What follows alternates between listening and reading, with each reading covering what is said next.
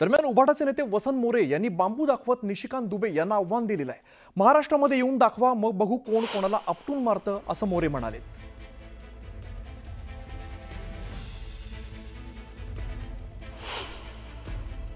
पहिलं दुबे साहेबांनी हे एक्सवरनं हे असे वायझेड करणं बंद करावं पहिलं। आणि जर अशा प्रकारे जर ते बोलणार असतील तर मला वाटतं की मला तर पहिल्यांदा त्यांचं अभिनंदन करावं लागेल, कारण त्यांनी मराठीत तिकडे ट्विट केलंय की त्यांना मराठी कोणी शिकवलं त्याचं पण अभिनंदन केलं पाहिजे, नाही तर त्यांना मराठीमध्ये पोस्ट कोणी टायपिंग करून दिली ते पण बघावं लागेल। आणि आपटाआपटीच्या गोष्टी त्यांनी शिवसैनिकांना किंवा महाराष्ट्र सैनिकांना शिकवू नये। आम्ही आपटाआपटी करत नाही, आम्ही फोडाफोडी करतो आणि आम्ही कायम तयारीतच असतो। त्यामुळं आपटाआपटीच्या गोष्टी त्यांनी आमच्या समोर करू नये। जर आपटायचं असेल तर मुंबई पुण्यामध्ये या आणि मग कोण कोणाला आपटतंय का फोडतंय बघू। दरम्यान निशिकांत दुबेंच्या वक्तव्यावरती तर संतापाची लाट उसळलेली आहे। किशोरी पेडणेकरांनी दुबेंच्या वक्तव्याचा जोरदार समाचार घेतलाय।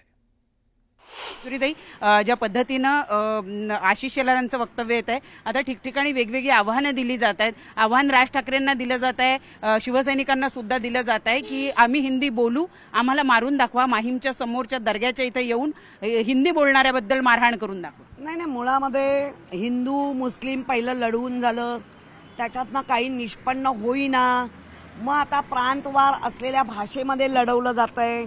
काही माजोरडे ज्यांचा काही संबंध नाही पण कारण नसताना आम्ही समजू शकतो, एखाद्याने सांगितलं की मला मराठी भाषा शिकायला कठीण जाते पण मी शिकेन, तर ते समजू शकतो, पण मी बोलणारच नाही काय ते माझं वाकडं करा म्हणणाऱ्यांना आता फडणवीस साहेबांनी काय ते बघायला पाहिजे। आम्ही हात जोडून विनंती करू, नाही ऐकलं तर हात सोडून बघू। मराठी माणसं आमच्या पैशावर जगतात असा सुद्धा बोलण्यापर्यंत मजल गेली आहे। म्हणजे फडणवीस साहेबांचं अख्खं कुटुंब किंवा आमची सगळी कुटुंब यांच्या जीवावर जगली का, हे आता राज्यकर्त्यांनी सिद्ध करावं। तुमची मुलगी म्हणा, माझी मुलं म्हणा, आपण काहीच नाही केलं।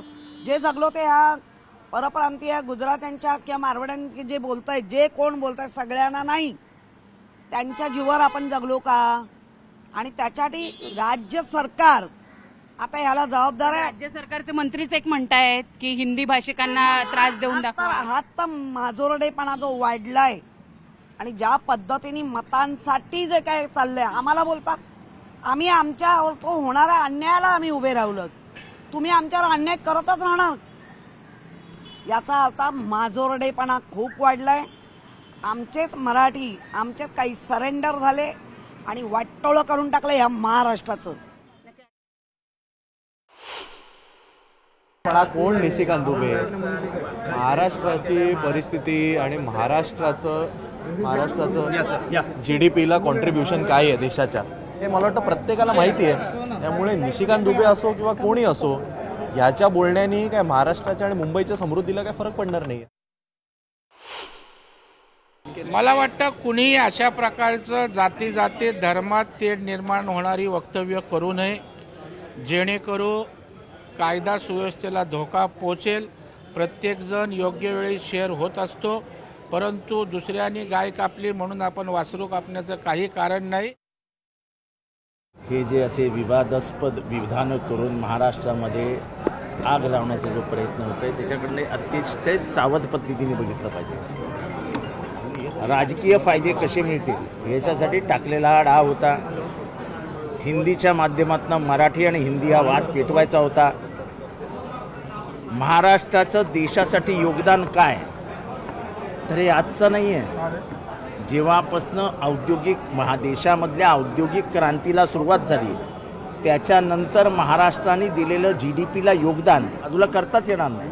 आजही इन्कम टॅक्स सर्वात जास्त कुठनं जातो तर तो महाराष्ट्रातनं जातो। आमच्याकडे कोणी येऊन धंदे लावण्यापेक्षा या मातीला ज्यांनी स्पर्श केला त्याचं सोनं झालं। यांना इतका माज आलाय ना, ते आता नशीब म्हणत नाहीत की मराठी माणूस जो जेवतो मुंबईत आणि ठाण्यामध्ये, पुण्यामध्ये, नाशिकमध्ये, औरंगाबादमध्ये, नागपूरमध्ये, गावागावामध्ये, हे आमचेच पैसे जेवणं बंद करा। हा माज, हा राजकीय माज आहे, ही राजकीय मुजोरी आहे आणि हे कोणालाच आवडत नाही। हे त्यांचं बोलणं आहे, हे राजकीय सोडून द्या, माझं सोडून द्या, कोणालाही असलं बोलणं आवडत नाही, कोणाचं तरी की तुम्ही माझ्या पैशावर जगता. कोणी कोणाच्या पैशावर जगत नाही. प्रत्येकजण आपल्या घामाच्या कमाईवर जगत असतो. आणि मुंबईच्या आणि महाराष्ट्राच्या प्रगतीमध्ये योगदान सगळ्यांचं आहे. माझ्या भाषेत सांगायचं झालं, ज्यांनी माझ्या आईच्या भूमीवरती स्पर्श केला आणि ही माती कपाळाला लावली, त्याचा इथे उद्धारच झाला. या मातीची जादूच काय और आहे. तुमच्याकडे लावा ना पैसे. निशिकांत दुबे ज्या राज्यात नाही येतात त्या राज्यामध्ये का पैसे गेले नाही?